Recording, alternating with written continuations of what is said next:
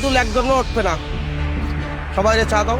আমার বয়সে আমি জীবন হায়াতে আমি এই আগুন দিয়ে উনি মানুষের সাহায্য সহযোগিতা করতেছে, ক্যান্সারের রোগীদের চিকিৎসা করাচ্ছে। আমি চাই না যে একটা ছেলে এই পৃথিবী থেকে চলে যাক। আমার মাইয়েটারে কিন্তু সাহায্য করে পরীক্ষা দিন, নাহলে মাইটা পরীক্ষা দিতে পারবে না। দল ক্ষমতা না থেকে কেউ এরকম করে নাই, সে যেটা করছে মিলিয়ে ধরে কেউ খারাপ বলতে সব ভালো, ভদ্র অতিরিক্ত। সে যদি আগামীতে এমপি হয়, আমি চাই যে সে মন্ত্রীও হোক। একসময় খুলনাকে বলা হতো শিল্পনগরী। মূলত এই অঞ্চলটি গড়ে ওঠে খালিশপুর, দৌলতপুর, ফুলবাড়ি গেটের বিস্তর জায়গা জুড়ে। ৮০ দশকের পূর্ববর্তী সময়ে পাটশিল্পের অবদানে এই অঞ্চলটি ছিল অর্থনৈতিক স্বনির্ভর অঞ্চল। পরবর্তী সময়ে ধীরে ধীরে জুটমিলগুলো ক্রমান্বয়ে বন্ধ হওয়ার কারণে এই অঞ্চলগুলোর মানুষের বৃহৎ একটি অংশ কর্মহীন হয়ে পড়ে। কালের বিবর্তনে শ্রমজীবী মানুষের পেশাগত ধরনের ভিন্নতা আসলেও এই অঞ্চলের মানুষ তাদের পারিপার্শ্বিক অভাব-অনটন এখনও কাটিয়ে উঠতে পারেনি। কিন্তু সময়ের বিবর্তনে আশার আলো হিসেবে নতুনভাবে, নতুন রূপে অসহায় মানুষেরা তাদের মাঝে পেয়েছেন এক মানবিক যোদ্ধাকে। এখন কপাল ভালো দেখে আমি এখন বাড়া থাকি মানুষের দুয়ারে দুয়ারে। কেন আমার খাডোয়ে কেউ নাই, আমি একা মানুষ ওই একটু বেচা কিনা করে খাই কোনো রকম, তাও নাই, বেচা কিনাও নাই। এখন মাইডারে পড়াইতে আছি কলেজে, এখন আমি যে পরীক্ষা দেবো, আমি যে কষ্ট মষ্ট করে আর ওদের চাইছি, আগে মাইডারে বই খাতা কিনে দিছি, ভর্তি করাইছি। এখন মাইডার পরীক্ষা দিতে পারতেছি, কি করবো? এখন বউরে যাই ধরলাম, বউ আমি শুনলাম বকুল ভাই বলে মেলা মানুষের সাহায্য করে, এই ধরে দেয়, কিন্তু আমার মাইটা নিয়ে আমি চলতে পারতেছি না। আমার মাইটারে কিন্তু সাহায্য করে পরীক্ষার জন্য, নাহলে মাইটা পরীক্ষা দিতে পারবে না।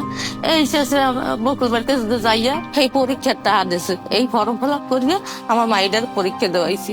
আমি নিজেও অসুস্থ, আমার হার্টের সমস্যা, হার্টে প্রচুর সমস্যা, তাই দিয়ে আমি চলি। আমার এই মাইয়াটা নিয়ে আমি চলি, আমার এই অসল মাইয়া, আমার অসল মাইয়া আমি কোনো নিয়ে সাজ দিতে পারবো না। আমার মাইটারে আমি মরে গেলে আমার মায়েদের কি ভয় হবে, কোথায় থেকে যাবো, কার কাছে থেকে যাবো, কিটা আছে? বকুল মেয়ারে আল্লাহ বাসাই রাখ, বাইসে থাক, বাইসে সবাই সহযোগিতা করতে পারে, সবাই যত দিতে পারে, সবাই সাহায্য করতে পারে।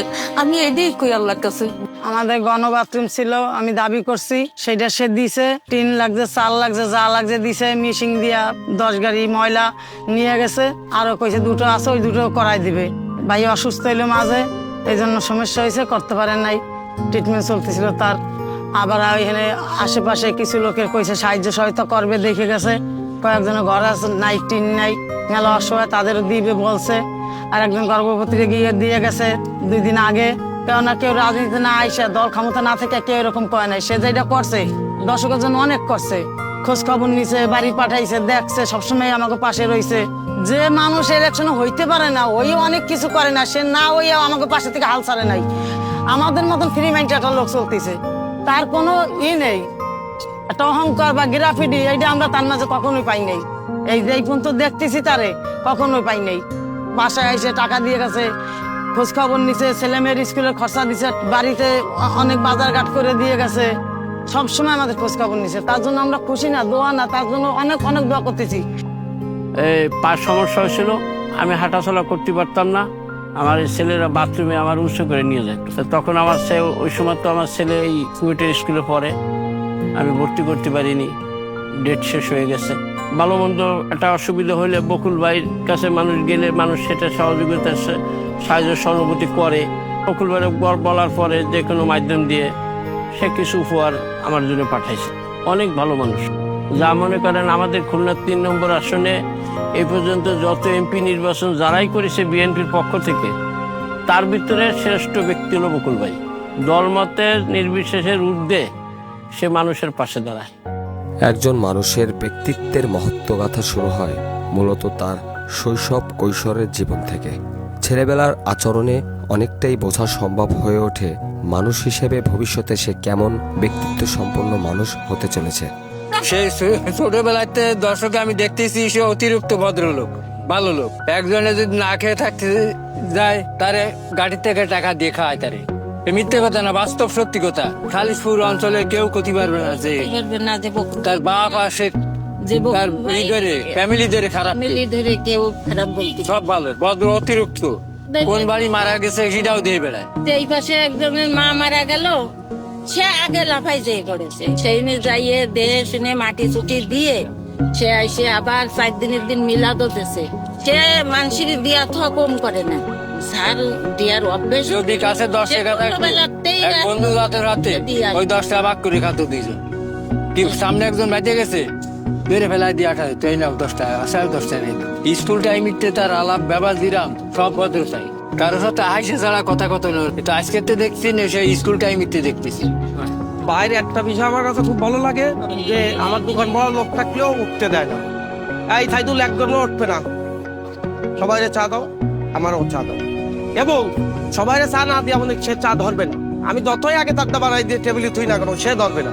ভাই চা ঠান্ডা হয়ে যাচ্ছে, সমস্যা নেই। কিন্তু তার আপ্যায়নটা সাথে সাধারণ লোকের ভিতরে যেভাবে চলাফেরা করে, যেভাবে বসে, আসলে এইরকম খুবই কম। আমি নেতা আমার লাইফে বহু নেতা দেখছি, কিন্তু ওনার মতন এরকম সাধারণ পাবলিকের মতন চলার নেতা আমার লাইফে আমি দেখিনি। ভাই জন্য আসলে এই কাপটা আমার হচ্ছে বাইরে চা দিয়ে মনটা ভরে না, যার জন্য এই চারে আমি একটা কাপ অর্ডার দিচ্ছে বাইক করে নিয়ে, যে একটা লোগো দিয়ে যে ওই কাপটা আসলে বাইরে পরবর্তীতে নেক্সট ওই চা ওই কাপেই দিব। কিন্তু ভাই আসলে ওইগুলো ই করে না, সে বলে সবাই যত দিবা আমারও তাতে দিবা। তার ব্যবহার এত সুন্দর, মানে না মিশলে না কথা বললে বোঝা যাবে না সে কেমন লোক। মানুষের 5টি মৌলিক অধিকার: খাদ্য, বস্ত্র, চিকিৎসা, শিক্ষা ও বাসস্থান। জনগণের এই মৌলিক চাহিদাগুলো পূরণের লক্ষ্যেই নিরন্তর ছুটে চলেছে খুলনাবাসীর চোখে এক নিদারুণ পরোপকারী ব্যক্তি। যে ব্যক্তি শুধু স্বপ্ন দেখায় না, সে ইতিমধ্যে স্বপ্ন বাস্তবায়নের সক্ষমতাও দেখাতে পেরেছেন সকল শ্রেণীর মানুষের মাঝে। আমার আম্মা হচ্ছে গিয়ে 11 বছর 7 মাস ক্যান্সারে ভুগছে। আমরা অনেক যুদ্ধ করছি আমার মারে নিয়ে, দৌড়দৌড়ি করা।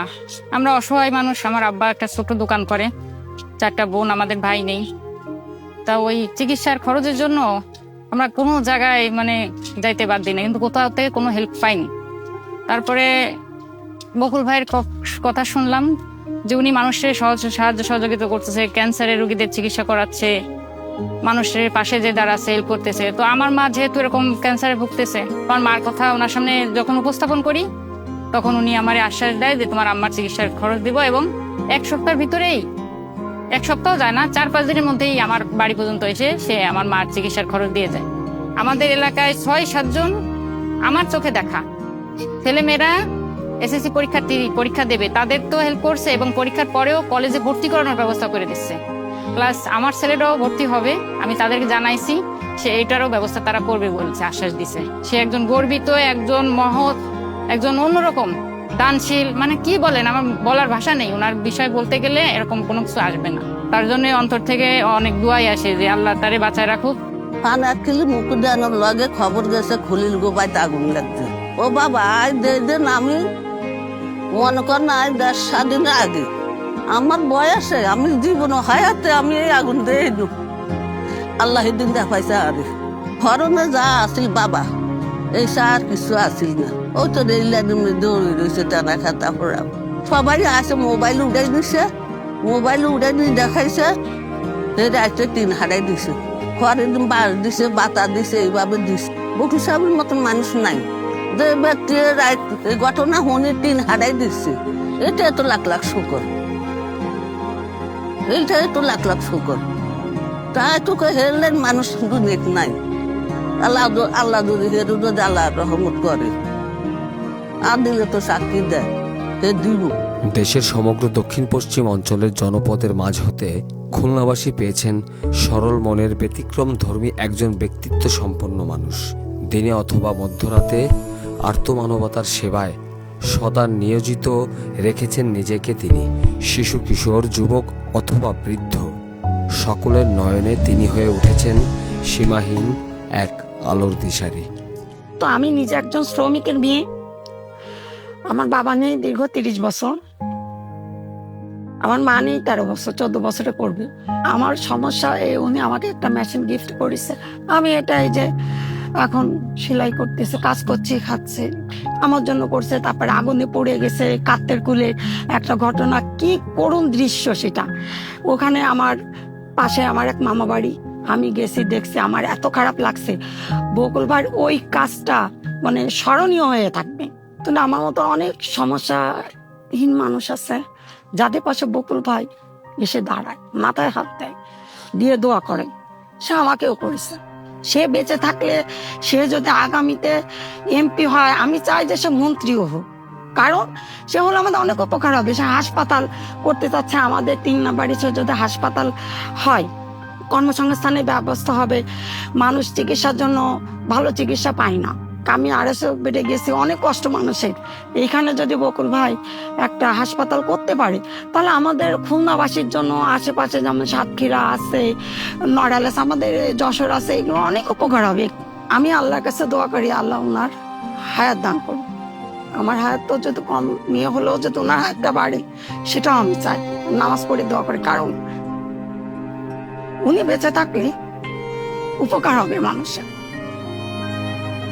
পৃথিবীতে মানুষের উপকার করা মানুষ কিন্তু খুব কম থাকে, আর সে কমের মধ্যে সর্বশ্রেষ্ঠ কিন্তু বকুল ভাই।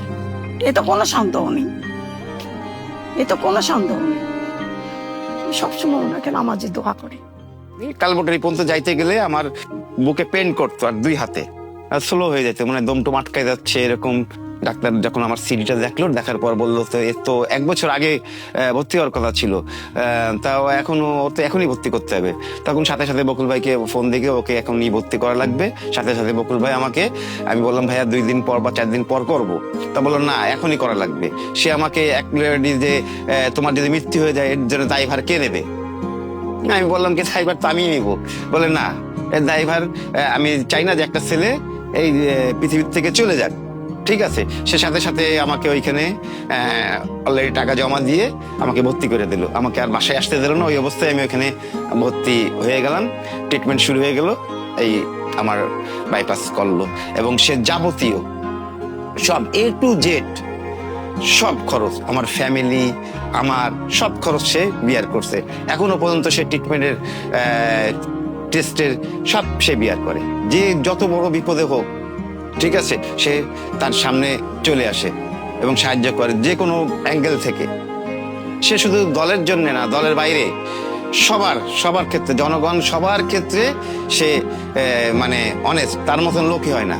যেহেতু আমার 99% ব্লক ছিল, 4টা ব্লক, উপরে আল্লাহ, নিচে ইল্লা, সেই আমার লাইফটা চেঞ্জ করতে। হয়তো আমি এই পৃথিবীতে থাকতাম না, কে কোন দল করে সেটা দেখে না, জনগণের জন্য করে। আর সে যদি এখানকার যদি এমপি হইতে পারে, তাহলে মানে এখানকার লোকের সবার জন্য উপকার হবে, এবং কেউ আর বিনা ট্রিটমেন্টে, বিনা না খাইয়ে মারা যাবে না। আমাকে আসলে বাঁচাইছে সে, আমার 2টো মেয়ে, আমার ওয়াইফ। আমরা কিন্তু আর কেউ মা বাপ নাই, সেই কিন্তু ওসিলা। আজকাল কিন্তু বাপও সন্তানের জন্য এরকম করে না, ভাই ভাইরে করে না। সে আমার জন্য যা করছে, তার জন্য সারা জীবন আমি কৃতজ্ঞ, এবং আমার ফ্যামিলিও কৃতজ্ঞ। তার জন্য যা দরকার তাই করব, তার জন্য জীবনটা দিতে পারি, তার বিকল্প নেই। আসলে বলে বোঝানো যাবে না, তার আসলে বিকল্পই নেই। ঠিক আছে, সে এত ভালো লোক, সে সবার জন্য করে, গরিব দুঃখী সবার জন্যই সে করে।